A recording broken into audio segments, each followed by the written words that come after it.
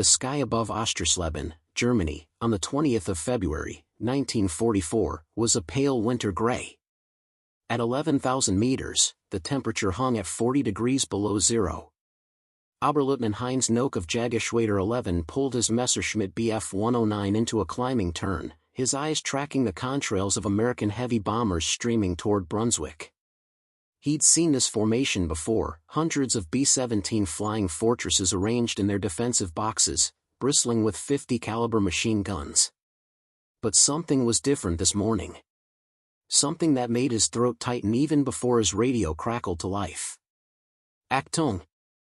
Amerikanische Jäger. 3 o'clock level. Nock's head snapped right. There, silhouetted against the cloud layer, were aircraft unlike any escort fighters he'd encountered before.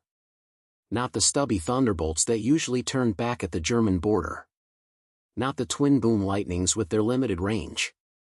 These were sleek, shark-like single-engine fighters with distinctive bubble canopies and laminar flow wings. And they were here. Deep over Germany. Hundreds of kilometers from their bases in England.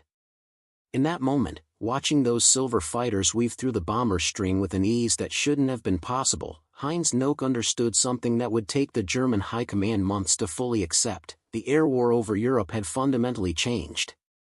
The Americans had solved the unsolvable problem. They had built a fighter that could escort their bombers all the way to Berlin and back. If you're enjoying this deep dive into the story, hit the subscribe button and let us know in the comments from where in the world you are watching from today. The aircraft Nock was staring at was the North American P-51 Mustang, and within 6 months, it would break the back of the Luftwaffe. But to understand what German fighter pilots really thought when they encountered this machine, to grasp the psychological earthquake it caused, we must first understand what they believed about themselves, their aircraft, and the supposed impossibility of what they were witnessing. In the autumn of 1943, the Jagdwaffe, the fighter arm of the Luftwaffe, still considered itself the most formidable air force in the world. This wasn't mere propaganda or delusion. It was based on 5 years of combat experience that seemed to validate German superiority in nearly every measurable category. The average Luftwaffe fighter pilot entering combat in late 1943 had accumulated between 200 and 240 hours of flight training. This was significantly more than his Allied counterparts. American pilots were entering combat with as few as 200 hours total flight time, often with less than 20 hours in their assigned fighter type. The Germans trained their pilots on multiple aircraft types, emphasized aerobatic skill, and required demonstrated proficiency in instrument flying and advanced tactics before combat assignment. More critically, the Luftwaffe's veteran pilots possessed something that couldn't be taught in any training program: extensive combat experience. Men like Major Gunther Rall, who by December 1943 had shot down 222 enemy aircraft. Or Hauptmann Hans-Joachim Marseille, who before his death in September 1942 had destroyed 158 Allied planes. These weren't isolated examples. The Luftwaffe maintained a corps of highly experienced expert aces, who had survived years of continuous combat across multiple theaters. Their aircraft, while aging, remained competitive. The Messerschmitt Bf 109 Gustav, the workhorse of the Jagdwaffe in 1943, could reach speeds of 650 km per hour and climb to 10,000 meters in under 6 minutes. Its 20mm cannon and twin 13mm machine guns delivered devastating firepower. The newer Focke-Wulf FW-190 Anton, which had entered service in 1941, was considered by many pilots superior to anything the Allies could field, faster than the Spitfire Mark V at low altitude, more heavily armed, and capable of absorbing tremendous punishment. The Luftwaffe's tactical doctrine had been forged in the crucible of the Spanish Civil War and refined through the campaigns in Poland, France, and the Battle of Britain. German fighter pilots understood energy fighting, the importance of altitude advantage, and the devastating effectiveness of the high-speed diving attack.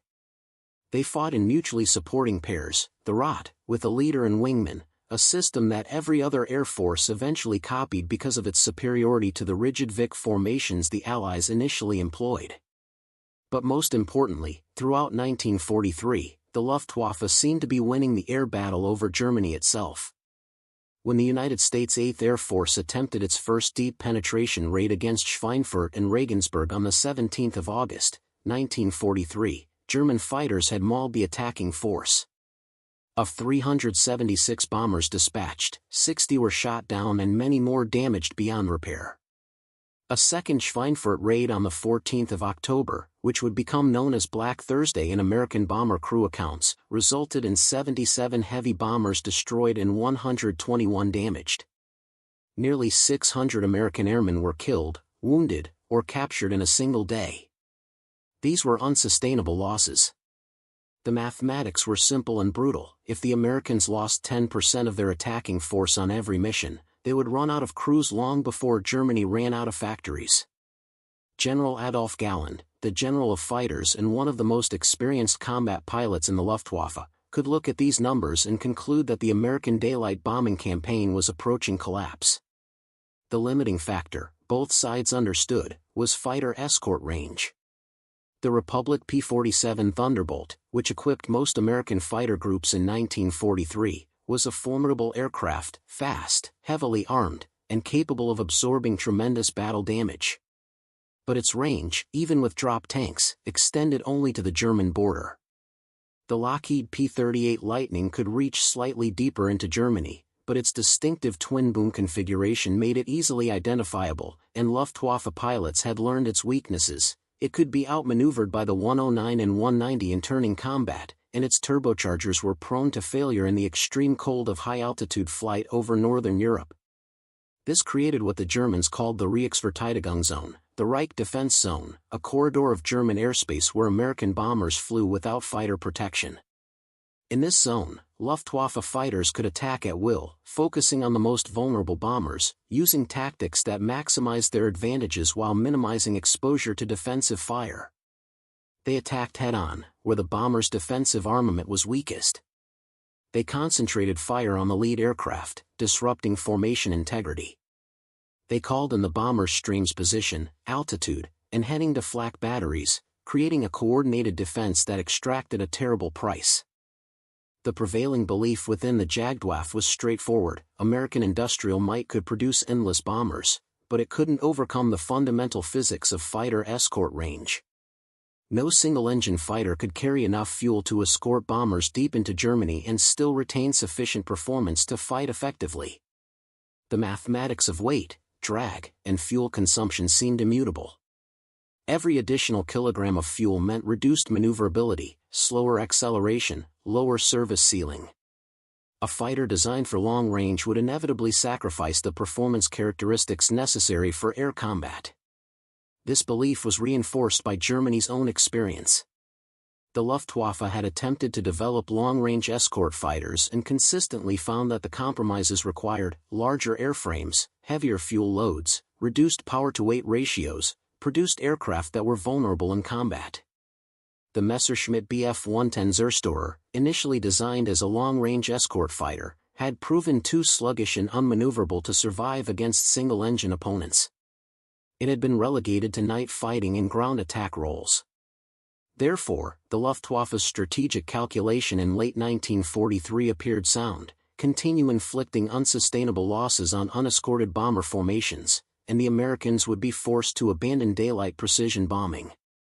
Germany's war industries would survive, V-weapon production would continue, and the Wehrmacht would have the equipment needed to defend Fortress Europe. What German intelligence had failed to adequately assess, what seemed too improbable to take seriously, was a peculiar hybrid aircraft that had been flying in small numbers since late 1943. An American fighter with a British heart. A design that somehow delivered both the range to escort bombers to Berlin and the performance to dominate German fighters in combat. The North American P-51 Mustang's development history was itself a kind of accident, a convergence of desperate need, engineering innovation, and bureaucratic circumvention that produced an aircraft whose capabilities seemed to violate the accepted rules of fighter design.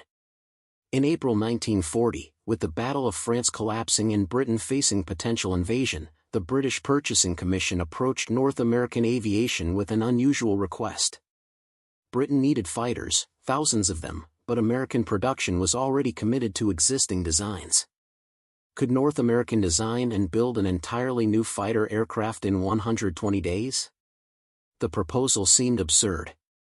Fighter development typically required years of iterative design, prototype testing, and refinement. But North American's vice president and chief engineer, James Dutch Kindleberger, and his lead designer, Edgar Schmud, believed they could do it. They had been studying fighter design intensively, examining the lessons from Europe's air war, analyzing the strengths and weaknesses of existing types. They had ideas about laminar flow wings, streamlined fuselages, and efficient cooling systems that they believed could produce superior performance. 117 days later, on the 26th of October, 1940, the prototype NA-73 took its first flight. It was designated the Mustang Mark I by the Royal Air Force, which ordered an initial batch of 320 aircraft. The early Mustang was fast, remarkably fast at low altitude, but its Allison V1710 engine lost power rapidly above 15,000 feet. This made it unsuitable for the high-altitude bomber escort role. The RAF relegated most Mustangs to tactical reconnaissance and ground attack missions, where the aircraft's speed, range, and excellent low-altitude performance proved valuable but not revolutionary. The transformation came from an almost casual suggestion. In April 1942, Ronald Harker, a test pilot for Rolls-Royce, flew a Mustang Mark I at the RAF's Duxford airfield. He was impressed by the airframe's efficiency and handling characteristics, but noted the altitude limitation. Harker immediately recognized that the Mustang's exceptional aerodynamics combined with Rolls-Royce's Merlin 61 engine, the same power plant that had transformed the Spitfire, could produce something extraordinary. The Rolls-Royce Merlin 61 incorporated a two-stage, two-speed supercharger that maintained power output at altitudes above 30,000 feet. It produced 1,460 horsepower at takeoff and could sustain over 1,000 horsepower at 25,000 feet. When installed in the Mustang's sleek airframe, with its laminar flow wing and efficient cooling system, the combination produced performance that astonished even the test pilots. The Mustang Mark X, designated P-51B in American service, could reach speeds of 700 km per hour at 25,000 feet. It could climb to 30,000 feet in under 8 minutes. Its service ceiling exceeded 42,000 feet. But the truly revolutionary capability was range. With two 75-gallon drop tanks, a P-51 could fly over 2,500 kilometers. It could take off from bases in England, escort bombers to Berlin, engage in sustained combat over the target, and return home with fuel reserves. No other fighter in operational service anywhere in the world in early 1944 could match this combination of range, speed, altitude performance, and maneuverability.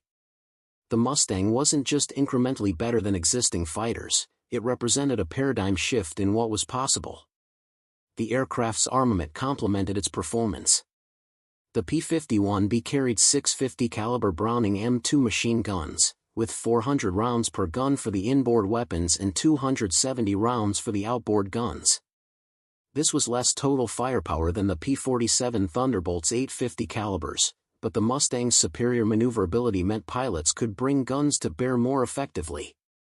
The 50 caliber Browning, firing armor-piercing incendiary rounds at a rate of 800 rounds per minute, could tear through aluminum skin, sever control cables, rupture fuel tanks, and destroy engines at ranges exceeding 800 meters. But specifications on paper couldn't convey what it was like to fly the Mustang or, more critically, what it was like to fight against it. That understanding would come only through combat, through the desperate encounters in the winter and spring of 1944 when Luftwaffe pilots encountered this new fighter and realized that every assumption they'd held about the air war had become obsolete. The P-51 Mustang entered combat over Europe in significant numbers in December 1943, but its impact wasn't immediately apparent. The 8th Air Force had received Mustangs before, the earlier A and B models with Allison engines, but these had been used primarily for tactical reconnaissance. The Merlin-powered B and C models arrived in England gradually through late 1943, equipping the 354th and 357th Fighter Groups initially. The first major encounter came during the 8th Air Force's campaign against German aircraft production facilities in late February 1944, a week-long series of raids the Americans codenamed Big Week. On the 20th of February, the date of Heinz Nocke's encounter over Ostersleben, over 1,000 American heavy bombers attacked 12 aircraft factories across Germany, escorted by a fighter force that included P-51s for the first time in strength. Major Gunther Rall, who survived the war with 275 confirmed aerial victories, later described his first encounter with Mustangs in an interview conducted in the 1980s. "We saw them coming from a long way off, and at first, we thought they might be 109s. The silhouette was similar, single engine, inline cooling, bubble canopy on the later versions. But they were too far east. No German fighter would be that far from base without drop tanks, and these aircraft were clearly ready to fight. When they turned toward us, I realized what they were, and I knew immediately that we had a serious problem. The problem was multifaceted. First, the Mustangs' presence over deep German territory meant American bombers were no longer vulnerable in the Reichsverteidigung zone. The hunting ground that had allowed Luftwaffe pilots to attack with relative impunity had vanished. Every bomber formation now had escort capable of engaging German fighters on equal or better terms. Second, the P-51's performance envelope overlapped almost perfectly with the Bf-109 and FW-190. In the horizontal turning fight, the Mustang could match or exceed both German types. In vertical maneuvers, climbs, dives, and zoom climbs, the Mustang's power-to-weight ratio gave it advantages. At altitude above 25,000 feet, where much of the combat occurred, the Merlin-powered Mustang actually outperformed the Daimler-Benz DB605-powered 109 Gustav. Third, and perhaps most psychologically devastating, the Mustang was often flown by aggressive pilots employing offensive tactics. Unlike the earlier escort fighters, which had been tied closely to the bomber formations, P-51 units began implementing a more fluid strategy. Some Mustangs stayed close to the bombers as direct escort, but others operated as freelance fighters, actively hunting Luftwaffe formations before they could reach the bomber stream. Heinz Nocke's combat report from the 20th of February recorded the encounter with clinical precision. At 1100 hours, while climbing to intercept the enemy bomber formation, my Schwarm was engaged by American P-51 fighters east of Ostersleben. The enemy aircraft demonstrated superior speed and climb rate. I managed one deflection shot at a Mustang passing through my formation but observed no hits. My wingman, Unteroffizier Muller, was shot down. I observed his aircraft trailing smoke and glycol. He bailed out, but I cannot confirm his survival. I evaded 3 attacking P-51s by diving through cloud layer and returned to base with minimal fuel remaining. The language was matter-of-fact, standard for German combat reports, but the subtext was clear. Nocke's unit had been bounced, had lost an aircraft without claiming any victories, and had been forced to disengage without ever reaching the bombers they'd been sent to intercept. This was not how air combat over Germany was supposed to proceed. As February turned to March in 1944, the pattern repeated with increasing frequency. On the 6th of March, 8th Air Force mounted its first major raid on Berlin, the German capital that Hitler had boasted would never be bombed. 730 bombers attacked Berlin's industrial districts, escorted by nearly 700 fighters, including more than 200 P-51s. The psychological impact of American fighters over Berlin itself, over 1,100 kilometers from their bases in England, shattered German assumptions about what was possible. Johannes Steinhoff, who would end the war as one of the Luftwaffe's most highly decorated pilots with 176 confirmed victories, was flying with Jägerschwader 7 on the 6th of March. In his post-war memoir, he wrote, "The appearance of the P-51 Mustang changed everything. Before, we could see the American escorts turn back at the border, and we knew we had perhaps 30 minutes to work against the bombers without fighter interference. Suddenly, the escorts were with the bombers all the way to the target and all the way home. And they weren't just defending, they were hunting us. It became clear very quickly that we were now fighting a defensive battle in our own sky." The defensive nature of the Luftwaffe's new position manifested in concrete, measurable ways.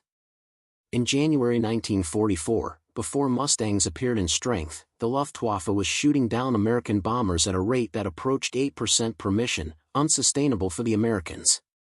By April 1944, with P-51s providing comprehensive escort, bomber loss rates had dropped to less than 4%, and were continuing to decline. Simultaneously, Luftwaffe fighter losses were climbing dramatically.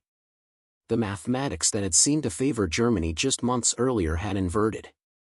Now it was the Jagdwaffe bleeding pilots and aircraft at a rate that couldn't be sustained. The training pipeline that had once produced highly skilled pilots was collapsing under the dual pressures of fuel shortages and compressed training schedules. By mid-1944, new Luftwaffe pilots were entering combat with as few as 130 hours total flight time, half what their predecessors had received, and often with less than 20 hours in the aircraft they would fly in combat. Meanwhile, American pilot quality was improving. Early war Yuzov fighter pilots had often been hastily trained and tactically naive, easy targets for experienced German veterans. But by spring 1944, American pilots were receiving better training, benefiting from combat lessons learned at terrible cost in 1943, and flying an aircraft that gave them advantages in nearly every phase of combat. What made the P-51 Mustang particularly devastating wasn't just its performance, it was the timing of its arrival and what it represented psychologically to Luftwaffe pilots who were already under enormous strain. By early 1944, Germany's strategic position had deteriorated drastically from the high water mark of 1942. The Wehrmacht had been defeated at Stalingrad and was retreating across the Eastern Front. Italy had surrendered and Allied forces were fighting their way up the Italian peninsula. The Atlantic U-boat campaign, which had nearly strangled Britain in 1942 and early 43, had been broken by improved Allied anti-submarine tactics and technology. The bombing campaign against German cities was intensifying, with the RAF attacking by night and the Americans by day. Within this context, Luftwaffe fighter pilots had convinced themselves that they were holding the line, that if they could just maintain the rate of attrition against American daylight bombers, they could preserve Germany's industrial capacity long enough for new wonder weapons to change the war's trajectory. The V-1 flying bomb was in final development. The V-2 ballistic missile was being prepared for operational deployment. The Messerschmitt Me-262 jet fighter, which Luftwaffe test pilots reported was breathtakingly fast, would soon enter production. The appearance of the Mustang in strength destroyed this narrative. It made clear that American industrial and technological capability wasn't just matching Germany's, it was surpassing it. The United States had identified a critical operational problem, developed a solution, and deployed that solution in overwhelming numbers, all while simultaneously fighting a two-ocean war across the Pacific and supporting Allied operations in Italy and preparing for the invasion of France. General Adolf Galland, watching the air war statistics with increasing alarm through March and April 1944, lobbied desperately for strategic changes. He argued for concentrating the Jagdwaffe against the American bombers and fighters, for withdrawing units from less critical sectors, for accelerating Me-262 production. In a meeting with Hermann Göring in late April, Galland presented detailed loss statistics and argued that the Luftwaffe was being bled white in a battle of attrition it couldn't win. Göring's response, recorded in Galland's memoir, was characteristic. He refused to acknowledge the scope of the problem, blamed the pilots for insufficient aggression, and insisted that German fighters were still superior to anything the Allies could field. When Galland specifically mentioned the P-51 and its impact, Göring dismissed it as defeatist exaggeration. But the pilots experiencing combat daily knew better. They could see the contrails of Mustangs high above, orbiting protectively around bomber formations. They could feel the difference when they tried to close with the bombers and found themselves immediately under attack from escorts that hadn't been there weeks before. They could count the empty chairs in the mess hall, the aircraft that didn't return from missions, the experienced leaders who were being killed faster than new pilots could be trained to replace them. Oberleutnant Heinz Noak's diary entries from April 1944 capture the growing desperation. On April 10, he wrote, 3 missions today. Lost 2 more pilots. The Americans seem to have unlimited numbers of fighters now. Every time we try to attack the bombers, we are bounced by P-51s. The escorts are everywhere. I don't know how we can continue like this. On April 19, shot down a B-17 but had to fight my way through 4 Mustangs to do it. Lost sight of my wingman in the combat. He did not return. That makes 8 pilots from my group lost this month. We cannot replace them fast enough. On April 29, the fuel situation is becoming critical. We are rationed to 1 practice flight per week. How can new pilots learn to fight when they can barely learn to fly? Meanwhile, the Americans practice every day, and their pilots are becoming better while ours, except for the few survivors, are becoming worse. The spring of 1944 marked what German fighter pilots would later call Die Krise, the crisis. It wasn't a single catastrophic defeat but rather a cascading series of tactical reverses that revealed the Luftwaffe's growing inability to defend German airspace against the combined weight of American industrial production and the P-51 Mustang's operational advantages. On May 8, 1944, the 8th Air Force dispatched over 900 heavy bombers to attack oil refineries and aircraft factories across Germany. The escort force included more than 700 fighters, with P-51s now comprising the majority. The Luftwaffe sent up every available fighter, over 300 aircraft from units across western Germany. Major Gunther Rall, leading elements of Jägerschwader 11, intercepted the bomber stream near Brunswick at approximately 13,000 meters altitude. His combat report from that day provides a detailed account of what fighting against comprehensive Mustang escort had become. At 10:45 hours, we sighted the enemy formation approaching from the northwest. Approximately 100 heavy bombers in combat box formation, with fighter escort visible above and to both sides of the bomber stream. I led my group in a climbing approach from the sun side, intending to make a single high-speed pass through the bomber formation before the escorts could react. As we reached attack altitude, I observed multiple groups of P-51 fighters already diving toward our position. They had seen us before we could begin our attack run. I called for the group to break and engage the fighters. What followed was a general engagement lasting approximately 12 minutes. The P-51 demonstrated superior performance in the climb and in sustained turning combat. Our 109s could match them in short bursts but could not maintain the pursuit. Multiple times I achieved firing position only to have the American aircraft outclimb me in a chandelle maneuver. I expended all ammunition in several deflection shots but observed no confirmed hits. 3 aircraft from my group were shot down. Lieutenant Hoffman bailed out successfully. Feldwebel Kraus's aircraft was seen going down in flames, no parachute was observed. Unteroffizier Schmidt's aircraft was badly damaged, he attempted to reach our field but crashed on approach. We recovered his body from the wreckage. I claim no victories. We did not fire upon a single bomber. The mission was a complete failure. This pattern, Luftwaffe fighters being intercepted and engaged before they could reach the bombers, became increasingly common through May and into June. The fundamental tactical problem was insoluble. German fighters had to climb to intercept altitude, which took time and fuel and left them vulnerable to attack from Mustang formations already at altitude. American fighters could maintain altitude and speed while waiting for German formations to appear, giving them every advantage in the initial engagement. The few occasions when Luftwaffe fighters did penetrate the escort screen and reach the bombers, they found themselves fighting a two-front battle, trying to attack heavily defended bombers while simultaneously defending themselves from pursuing Mustangs. This divided attention reduced effectiveness and increased vulnerability. Oberleutnant Heinz Nock experienced this firsthand on May 12 during a mission against bombers targeting synthetic oil plants in central Germany. His diary entry captures the chaotic desperation of the engagement. We bounced a formation of B-24s at 12,000 meters. I selected a straggler trailing smoke from the No. 3 engine and made my approach from 7 o'clock high. Just as I opened fire, my wingman called out Mustangs above us. I broke hard right and saw tracers pass through the space I'd just occupied. What followed was the most intense combat I've experienced. There must have been 20 or 30 American fighters swarming around our group. Everywhere I looked, there were Mustangs. I could hear the radio calls, pilots calling for help, announcing they were hit, breaking off combat.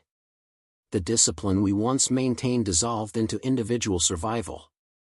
I got separated from my wingman and found myself alone with 3 P-51s on my tail. I dove for cloud cover, pushing my aircraft to its structural limits. The Americans followed. I could hear their rounds hitting my aircraft, thuds and crashes, metal tearing. My canopy shattered. Wind and noise filled the cockpit. I made it to the clouds and emerged at 6,000 meters, alone, with my engine trailing glycol on oil. I nursed the damaged 109 back to our emergency field at Potterbourne. The crew chief counted 37 bullet holes in my aircraft. 3 more centimeters to the left on any of 5 separate hits, and I would have died. When I returned to the squadron that evening, we had lost 6 aircraft. 6 pilots. In one mission. And we didn't shoot down a single bomber. Not one. The psychological impact of repeated failures and mounting losses cannot be overstated. Luftwaffe fighter pilots had been conditioned to see themselves as elite warriors, the successors to the aces of the First World War, flying superior aircraft and employing superior tactics. This self-image was central to unit cohesion and individual motivation. The Mustang's systematic dominance shattered that identity. Pilot morale, already strained by years of continuous combat and mounting losses on all fronts, began to crack. Some pilots developed what flight surgeons called Kanalkrankheit, channel sickness, a psychosomatic condition characterized by nausea, vertigo, and anxiety attacks before missions. The condition's name originated during the Battle of Britain when some Luftwaffe pilots developed the symptoms before crossing the English Channel, but by mid-1944, it was appearing among pilots flying defensive missions over Germany itself. Others began seeking transfers to less dangerous assignments, night fighters, ground attack units, even infantry. Some simply stopped flying, claiming persistent medical conditions that medical examinations couldn't confirm or disprove. The Luftwaffe's personnel system, already strained by losses, began to experience systemic breakdown as experienced pilots saw any avenue to escape the meat grinder of daylight combat against American escorts. The veterans who remained grew increasingly bitter toward the German high command and toward Hermann Göring specifically. They could see the reality of the air war, that Germany was losing not because its pilots lacked courage or skill, but because they were systematically outnumbered, outproduced, and now outperformed by enemy equipment. Yet the official propaganda insisted that German equipment remained superior, that higher production was just months away, that new wonder weapons would transform the strategic situation. Adolf Galland, watching this deterioration from his position as general of fighters, became increasingly desperate and increasingly willing to confront his superiors with uncomfortable truths. In a meeting on May 17, 1944, Galland presented Göring and Field Marshal Erhard Milch with detailed statistics. In the first 2 weeks of May, the Jagdwaffe had lost 491 fighter aircraft over Germany, with 227 pilots killed and 143 wounded. During the same period, they had shot down approximately 120 American heavy bombers and 90 fighters. The exchange ratio had inverted catastrophically. Before the P-51 appeared in strength, the Luftwaffe could expect to destroy 3 to 4 American aircraft for every German fighter lost. Now they were losing 3 German fighters for every American aircraft destroyed. At this rate, the Jagdwaffe would cease to exist as an effective fighting force within months. Galland argued for 3 immediate measures. First, withdraw all single-engine fighters from secondary theaters and concentrate them for home defense.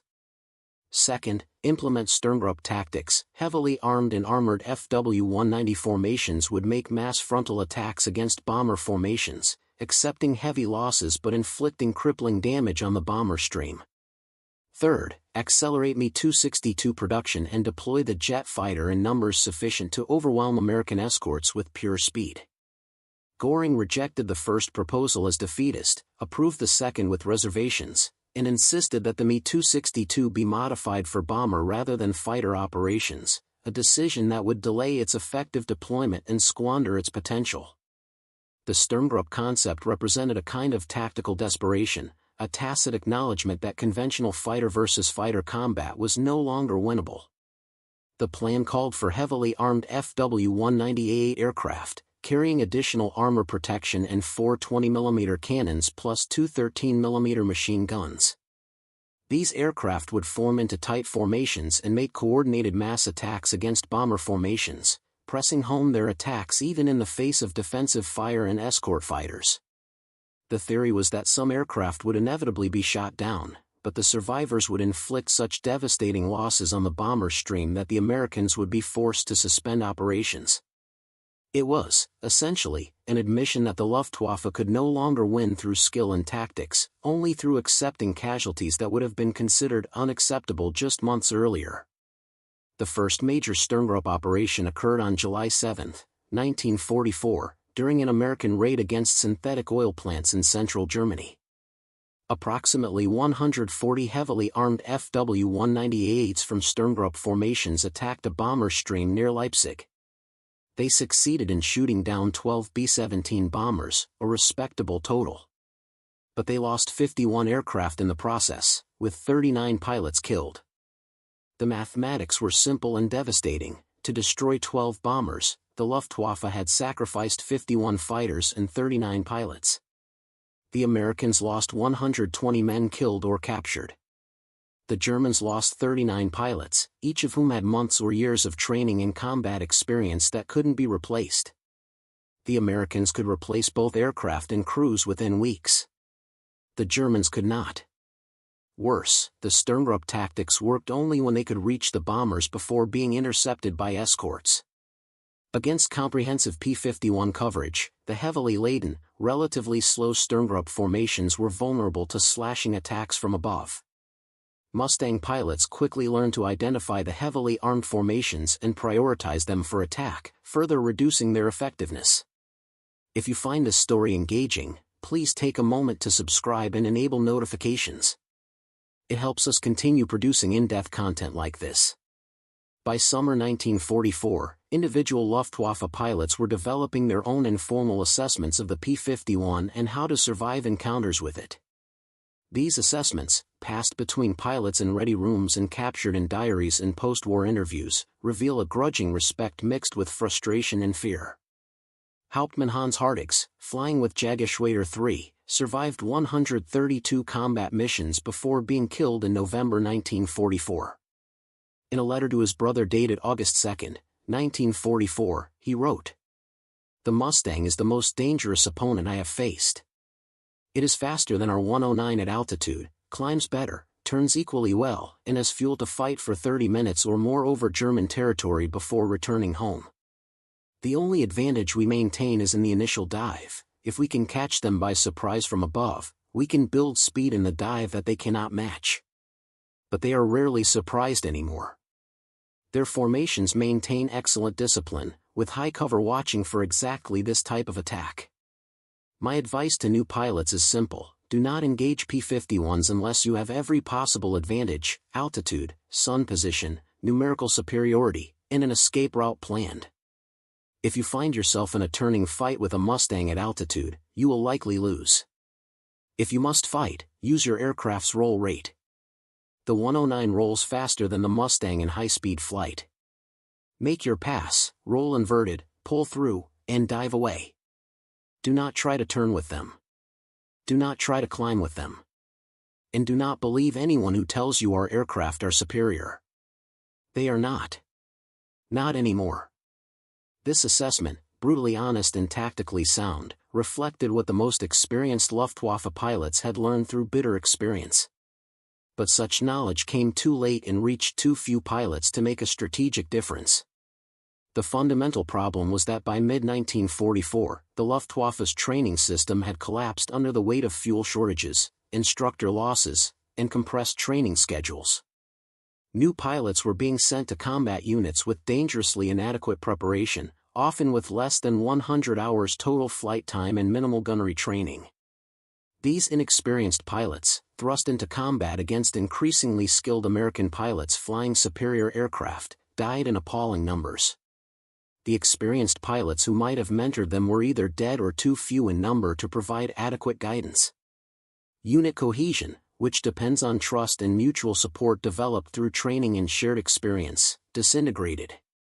Individual survival took precedence over unit effectiveness.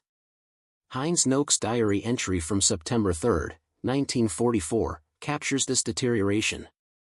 Received 3 replacement pilots today. Boys, really? The oldest is 20 years old. They have flown the 109 for perhaps 15 hours each. I took them up for a practice flight, basic formation keeping, simple turns. They could barely maintain position. One nearly collided with me during a gentle turn.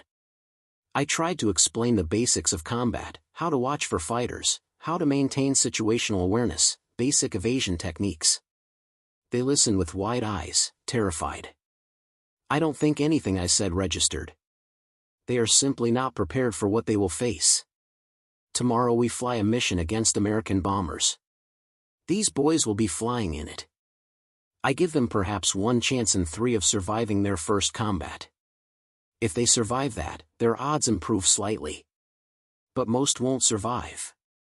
I see it in their faces, they know it too. This is what we've come to. Sending children to die in aircraft they barely know how to fly, against enemies who are better trained, better equipped, and more numerous. It is murder, really. Murder disguised as military necessity. The September mission Noak referenced was typical of the period. His group intercepted a bomber formation near Frankfurt, escorted by what Noak estimated as over 100 P-51s. In the engagement that followed, all 3 replacement pilots were shot down. None survived. The statistical record confirms Noak's grim assessment. In the month of September 1944 alone, the Luftwaffe lost over 750 fighters in combat over Germany and occupied territories. Approximately 400 pilots were killed, with another 250 wounded or missing. The replacement pipeline delivered approximately 500 new pilots that month, almost exactly enough to replace the losses, but with pilots whose average skill level was a fraction of those they were replacing. Meanwhile, American pilot quality continued to improve. By late 1944, USAF fighter pilots were receiving approximately 240 hours of training before entering combat, with significant emphasis on combat tactics, gunnery, and formation flying. They benefited from standardized training curricula developed from combat experience, from gun camera footage analysis, and from debriefs with returning pilots. The P-51 squadrons had developed sophisticated tactics specifically designed to exploit the Mustang's advantages while minimizing exposure to its few weaknesses. They flew in mutually supporting elements, maintaining altitude advantage when possible, using speed and climb rate to disengage from unfavorable situations, and coordinating attacks to overwhelm German formations with numbers and positioning. One particularly effective tactic was what American pilots called bouncing the climb. Luftwaffe fighters typically vectored toward incoming bomber streams from their forward airfields, climbing to interception altitude while trying to position themselves for attack. P-51 formations would orbit at high altitude, watching for these climbing German formations, then dive on them with tremendous speed advantage, disrupting the German formation before they could reach attack altitude. Colonel Hubert Hub Zemke, commander of the 56th Fighter Group and one of the most successful American fighter leaders in Europe, described the tactic in a post-war interview. We learned quickly that the German fighters had to climb to get at the bombers. That climb took time and fuel, and it left them vulnerable. We'd maintain formation at 28 or 30,000 feet, watching the contrails below. When we spotted a German group climbing, we'd drop down on them with every bit of speed we could build up.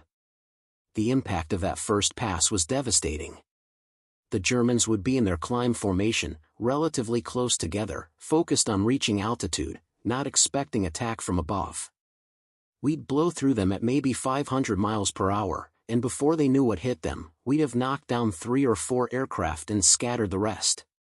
The survivors would have to reform and try again, but now they were lower, they'd burn fuel, and they knew we were there. Most of the time, they'd give up and head home. And we'd never have let them near the bombers.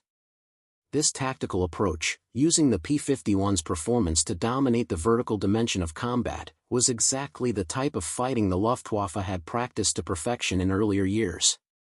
Now the same tactics were being used against German pilots with devastating effectiveness.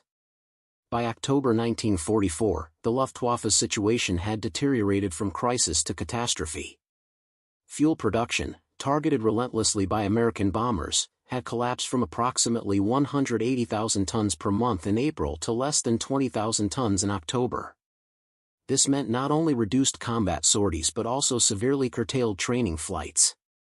On October 7, Adolf Galland met with Hermann Göring and presented what he later described as the most pessimistic assessment he'd ever given. The Jagdwaffe, Galland reported, was effectively defeated as a strategic force. It could still mount occasional operations with concentrated forces, but it could no longer contest American air superiority over Germany in any sustained way. The numbers told the story. In the 6 months from April through September 1944, the Luftwaffe had lost over 3,800 single-engine fighters in combat. Approximately 2,000 pilots had been killed, with another 1,000 wounded seriously enough to remove them from combat status. During the same period, American losses were roughly 1,300 fighters with approximately 800 pilots killed or missing. The Luftwaffe had fought itself into exhaustion and numerical irrelevance. By November 1944, the 8th Air Force could dispatch over 1,000 heavy bombers with over 700 fighter escorts, and the Luftwaffe could typically respond with fewer than 200 fighters. The numerical disparity, combined with the qualitative advantage of the P-51, meant that American bombers could now attack virtually any target in Germany with near impunity. The psychological impact on the remaining Luftwaffe pilots was profound. Men who had begun the war with confidence in German superiority, who had experienced victory after victory in the early campaigns, now faced a daily reality of overwhelming enemy strength, inadequate fuel and ammunition, deteriorating aircraft maintenance, and leadership that seemed disconnected from the actual conditions of combat. Johannes Steinhoff, who had survived the war despite being badly burned in a jet fighter crash in April 1945, later reflected on this period. By late 1944, we knew the war was lost.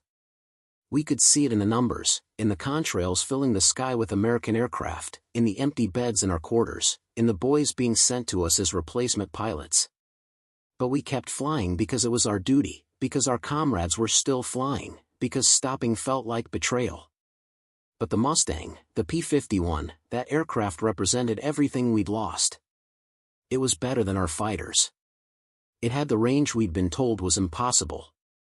It was being produced in numbers we couldn't match. And it was flown by pilots who were often just as skilled as we were, sometimes more so. Every time we climbed into our aircraft for a mission, we knew we would face Mustangs. And we knew that in any engagement with a competent Mustang pilot, the odds were against us. That knowledge, that certainty of inferiority, was psychologically devastating. It destroyed morale in a way that no amount of propaganda could repair. The final months of 1944 saw the Luftwaffe reduced to what historian Williamson Murray would later call a force in being without the capability to act. Fighter units existed on paper, but many were at a fraction of their authorized strength. Some units had aircraft but no fuel. Others had fuel but no pilots. Still others had both but lacked ammunition, spare parts, or functioning radios.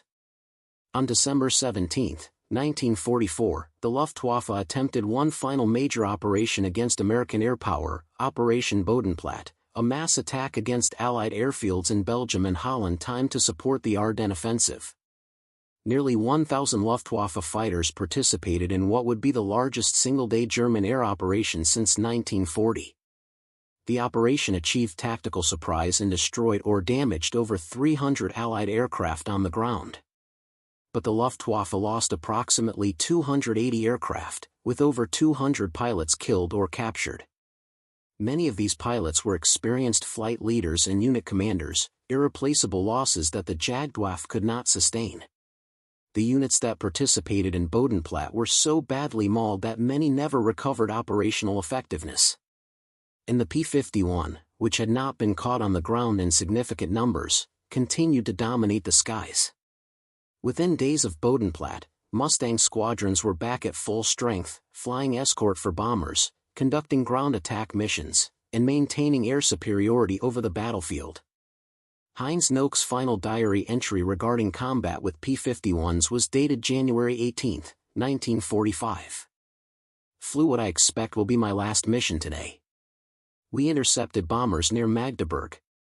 30 P-51s were waiting for us. I saw 2 of my wingmen go down in the first pass. I managed to evade and dove for the deck. My aircraft was hit multiple times. I crash-landed in a field near our lines. I am done. I cannot do this anymore. In the past year, I have seen my group destroyed 3 times over. I have lost count of the friends and comrades who have died. And for what? We change nothing. The bombers keep coming. The Mustangs keep coming. Germany is burning, and we are powerless to stop it. The P-51 defeated us. Not because we lacked courage. Not because we were poor pilots. But because they built a better aircraft, produced it in overwhelming numbers, and flew it with skill and determination. We fought as well as we could, but it wasn't enough. It was never going to be enough. Noakes survived the war, but many of his contemporaries did not. By May 1945, when Germany surrendered, the Luftwaffe had lost over 18,000 aircraft and approximately 11,000 pilots since the beginning of 1944. The P-51 Mustang hadn't caused all those losses, but it had been the primary instrument of the Luftwaffe's destruction in the critical period when German fighter strength could still have made a strategic difference. The final 4 months of the war in Europe, from January to May 1945, witnessed the complete disintegration of organized Luftwaffe resistance. But understanding what Luftwaffe pilots truly thought about the P-51 Mustang requires looking beyond combat statistics and operational reports to the personal testimonies, post-war interviews, and memoirs of the men who survived. In the immediate aftermath of Germany's surrender, Allied intelligence teams conducted extensive debriefing operations with captured Luftwaffe pilots and commanders. These interrogations, initially focused on tactical and technical intelligence, gradually expanded to include broader assessments of Allied equipment, tactics, and the psychological factors that had contributed to German defeat. The interrogation reports, declassified decades later, reveal a consistent pattern in Luftwaffe pilots' assessments of the P-51.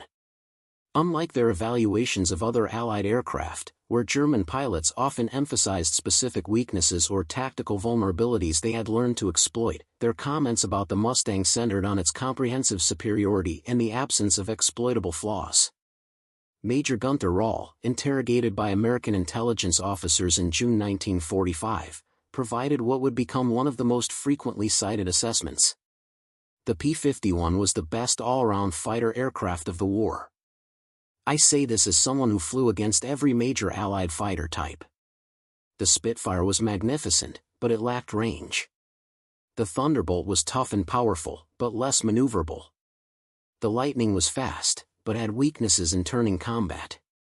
The Mustang had no significant weakness that we could identify and exploit. It could fight us on equal terms or better at any altitude. It could outrun us, outclimb us, and outturn us in most situations. Most importantly, it could escort the bombers all the way to any target in Germany and still have fuel to fight. That capability, more than anything else, defeated the Luftwaffe. We could no longer isolate the bombers. Every engagement became a fight against fighters that were our equal or better, and there were always more of them than there were of us. Rall's assessment emphasized the operational strategic dimension, that the Mustang's range capability had fundamentally altered the nature of the air war. But other pilots focused more directly on the aircraft's flying characteristics and what it was like to face in combat. Colonel Johannes Steinhoff, interviewed extensively in the 1960s and 70s for various historical projects, provided detailed technical comparisons. Against the Mustang, our standard tactics didn't work. We had learned to fight the Thunderbolt by avoiding prolonged turning engagements and using superior climb rate to regain altitude advantage. Against the Spitfire, we could use our superior high-altitude performance and better diving characteristics. The Mustang gave us no such options. If a competent Mustang pilot had altitude advantage, he could dictate the engagement. He could dive on us with superior speed, make a firing pass, and climb away faster than we could follow. If we tried to run, the Mustang was faster in level flight. If we tried to climb away, the Mustang climbed better. Our only hope was to spot them first and attack from a superior position, but by late 1944, they were usually at higher altitude, they had more aircraft, and they were actively hunting for us. The psychological effect was significant. In earlier years, we could study an enemy aircraft's characteristics and develop tactics to exploit its weaknesses. Every aircraft has compromises: speed versus maneuverability, altitude performance versus low-level handling, range versus firepower. The Mustang seemed to have no significant compromises. It was fast, maneuverable, had excellent altitude performance, tremendous range, and adequate firepower. Fighting it felt like playing chess against an opponent who had extra pieces. This chess analogy appeared repeatedly in post-war German accounts, the sense that the Mustang had fundamentally altered the rules of air combat in ways that made traditional tactical approaches obsolete. But perhaps the most psychologically revealing testimonies came from pilots who had initially refused to accept the P-51's superiority and had learned through painful experience that their preconceptions were wrong. Oberleutnant Heinz Nock, who survived the war and published his wartime diary in 1953, reflected extensively on his evolving understanding of the Mustang. When we first encountered the P-51 in early 1944, I didn't believe the reports about its performance. I thought pilots were exaggerating, making excuses for their failures. I believed our 109 was still superior, that German pilots were still better trained, that we would adapt and overcome as we had against every previous threat. My first direct engagement with Mustangs changed my mind immediately.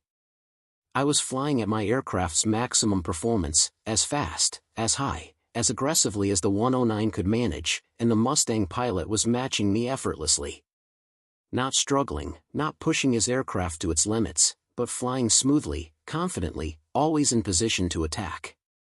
I got away that day through luck and cloud cover, not skill. And I realized that everything I'd believed about German air superiority was wrong. We didn't have better aircraft. We didn't have better training anymore. We were losing, and the Mustang was the clearest evidence that we had lost the technological and industrial competition that ultimately decides modern wars. Nock's testimony captures a broader theme in Luftwaffe pilots' post-war reflections. The Mustang represented not just a superior aircraft but proof of American industrial and organizational capability that Germany simply couldn't match. The psychological impact of this realization extended far beyond tactical considerations.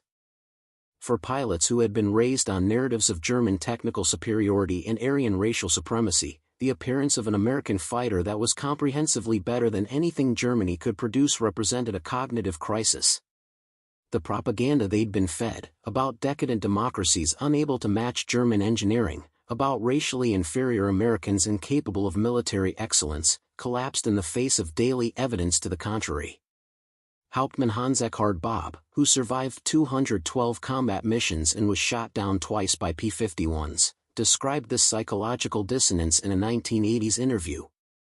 We had been told the Americans were soft, that they lacked fighting spirit, that their democracy and materialism made them weak. Then we encountered their pilots in the Mustang, and they fought with skill, courage, and determination.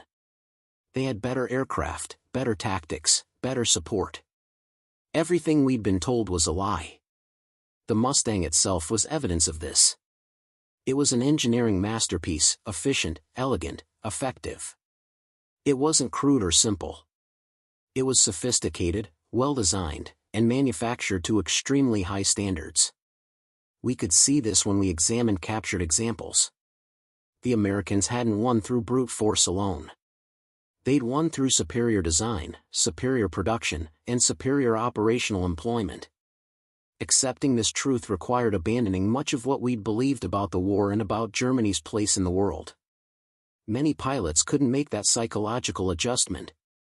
They blamed fuel shortages, blamed leadership, blamed anything except the fundamental reality that we had been defeated by a better air force flying better aircraft. The examination of captured P-51s provided German engineers and pilots with detailed evidence of American manufacturing quality and design sophistication. several intact Mustangs had been captured or had force-landed in German-controlled territory through 1944. These aircraft were extensively studied at Rechlin, the Luftwaffe's primary test facility. The technical reports from these examinations, preserved in captured German documents, revealed German engineers' grudging admiration for the Mustang's design. They noted the efficient laminar flow wing, which reduced drag and increased range. They analyzed the cooling system, which managed to keep the Merlin engine at operating temperature while minimizing drag, a problem German designers had struggled with. They examined the manufacturing quality, noting the precision of assembly and the quality of materials used. One German engineer's report, dated March 1944, concluded, "The P-51 represents the current state-of-the-art in single-engine fighter design. Its performance characteristics exceed our Bf-109G and match or exceed our FW-190A in most regimes. The range performance is particularly notable and represents a design philosophy different from our own. Where we have prioritized maximum performance for short duration, the Americans have achieved excellent performance combined with extended range. This combination gives them a decisive operational advantage." This technical assessment confirmed what Luftwaffe pilots had been reporting from combat. The Mustang wasn't just incrementally better, it represented a different design philosophy and a different strategic approach to air warfare. By early 1945, with Germany's defeat increasingly certain, some Luftwaffe units began receiving the Messerschmitt Me-262, the world's first operational jet fighter. The 262 was dramatically faster than any Allied aircraft, capable of speeds approaching 870 km per hour. It represented the technological breakthrough that German propaganda had promised would change the war's course. The pilots who transitioned to the Me-262 and flew it in combat against Allied aircraft, including the P-51, provided unique comparative perspectives. They had experienced both defeat in conventional fighters and the exhilaration of flying an aircraft with overwhelming speed advantage. Major Walter Nautny, one of the Luftwaffe's highest-scoring aces with 258 confirmed victories, commanded the first operational jet fighter unit, Kommando Nautny, in late 1944. Before his death in combat on November 8, 1944, he wrote a detailed assessment of the Me-262's capabilities and limitations. "The 262 gives us back the speed advantage we lost to the Mustang. We can engage at will and disengage at will. No Allied fighter can catch us when we want to leave. This is a tremendous tactical advantage. However, the jet is not a simple solution to our problems. It is difficult to fly, requires extensive pilot training, and is vulnerable during takeoff and landing when it cannot use its speed advantage. The Mustangs have learned to patrol our jet bases and attack us when we are most vulnerable. More fundamentally, we don't have enough jets. We don't have enough fuel.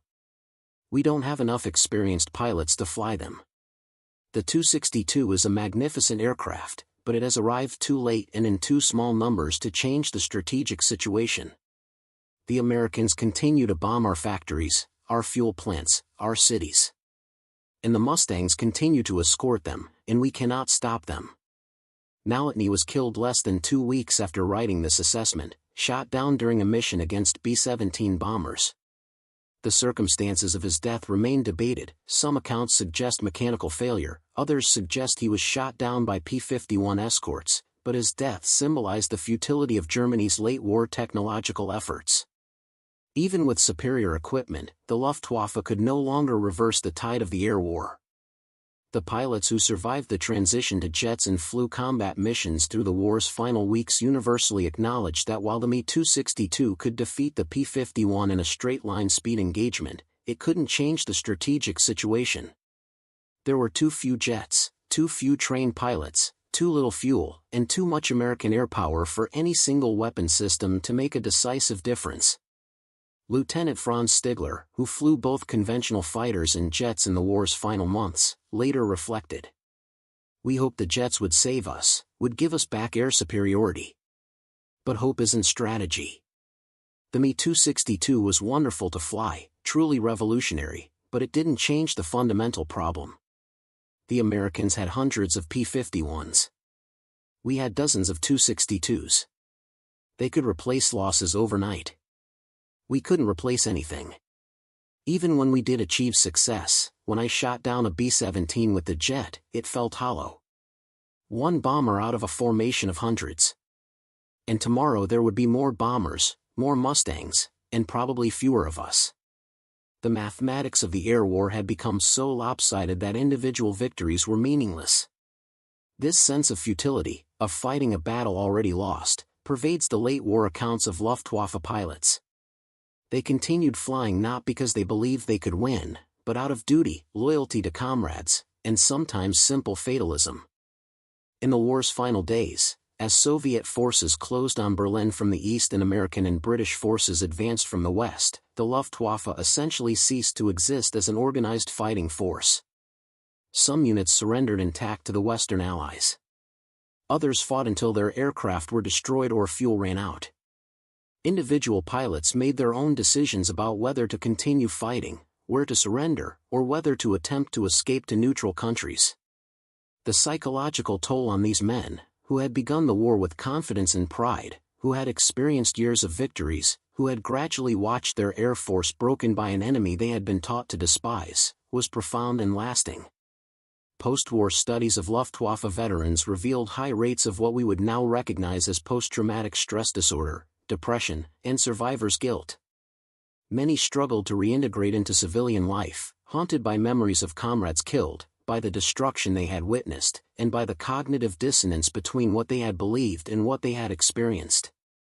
In the 1960s and 70s, as historians began conducting systematic interviews with surviving Luftwaffe pilots, a more nuanced picture of their wartime experiences and attitudes emerged. When asked specifically about the P-51 Mustang, their responses typically combined professional respect for the aircraft's capabilities with bitter resentment about what it represented. Adolf Galland, who survived the war and became a successful businessman, wrote extensively about the air war in his 1954 memoir The First and the Last. His assessment of the P-51 was characteristically direct. The P-51 Mustang was the most decisive weapon introduced in the European air war. Not because it was invincible, no aircraft is invincible, but because it solved the fundamental strategic problem that had protected Germany's industries, fighter escort range. Once the Mustang appeared in numbers, we could no longer attack the bombers without fighting through their escorts. And their escorts, flying excellent aircraft and well-trained, increasingly defeated us. I do not begrudge the Americans their victory. They designed better aircraft, they produced them in greater numbers, they trained their pilots well, and they employed their air power intelligently. They deserve to win. But I regret that German leadership failed to recognize the strategic threat earlier and failed to respond effectively. We knew by spring 1944 that the Mustang had changed everything. We should have immediately concentrated all available forces for home defense, accelerated jet production, and husbanded our experienced pilots. Instead, we dispersed our strength, wasted resources on irrelevant prestige projects, and threw inexperienced boys into combat where they died uselessly. The Mustang didn't defeat the Luftwaffe alone. But it was the instrument of our defeat, wielded by capable hands, at the critical moment when we might still have made a difference. Galland's analysis, written less than a decade after the war's end, reflects both his professional understanding of the strategic situation and his frustration with German leadership's failure to respond effectively. This frustration, directed not at American pilots or the Mustang itself, but at German commanders who failed to adapt, appears repeatedly in veterans' accounts. The personal relationships that developed between former enemies in the post-war years added another dimension to these reflections. Fighter pilots, regardless of nationality, shared common experiences and mutual respect born of combat. Beginning in the 1970s, veterans organizations began arranging meetings between former adversaries, allowing German and American pilots to discuss their wartime experiences openly. These encounters, often emotionally charged, revealed that pilots on both sides had harbored misconceptions about their opponents. American pilots had sometimes believed the propaganda about Nazi fanaticism and had expected their German opponents to be ideologically driven zealots. German pilots had believed American flyers would be less skilled, less aggressive, less determined. The reality that emerged from these conversations was more complex and more human. Most pilots on both sides had been professional military men doing their duty as they understood it, flying and fighting with whatever skill and courage they could muster, trying to survive while accomplishing their missions. Franz Stigler, the Luftwaffe pilot who famously spared a badly damaged B-17 bomber in December 1943, an incident that became the subject of the book A Higher Call, later developed a close friendship with the American pilot he had spared, Charles Brown. In discussing his wartime experiences, Stigler often reflected on the P-51. When I flew against the Mustang, I wasn't thinking about politics or ideology. I was thinking about survival, about tactics, about getting my wingman home safely. The Mustang was a problem to be solved, a threat to be evaded or defeated if possible. Only later, after the war, did I understand the full significance of that aircraft. It represented American industrial power, American engineering capability, American determination to win. It proved that everything we'd been told about our enemies was wrong. They weren't inferior. They weren't weak. They were formidable, and they defeated us decisively. There's no shame in being defeated by a superior force. The shame lies in refusing to acknowledge that superiority, in clinging to delusions of supremacy that evidence contradicts. The Mustang forced us to confront reality. For some pilots, that confrontation was psychologically devastating. For others, myself included, it was eventually liberating. The truth, however painful, is better than living in a false narrative. This emphasis on truth versus propaganda, on reality versus ideology, appears consistently in the reflections of thoughtful veterans. The P-51, more than any other single weapon system, had provided undeniable empirical evidence that contradicted Nazi ideology's claims about racial superiority and democratic weakness. The technical aviation community, German engineers and test pilots who had evaluated Allied equipment after the war, provided additional perspective.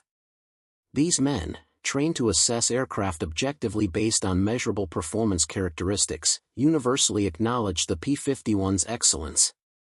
Hans Werner Lurk, chief test pilot at Rechlin who flew captured Allied aircraft during the war and later worked with the U.S. Air Force, wrote in his memoir, "As a test pilot, I evaluated every major fighter aircraft of World War II.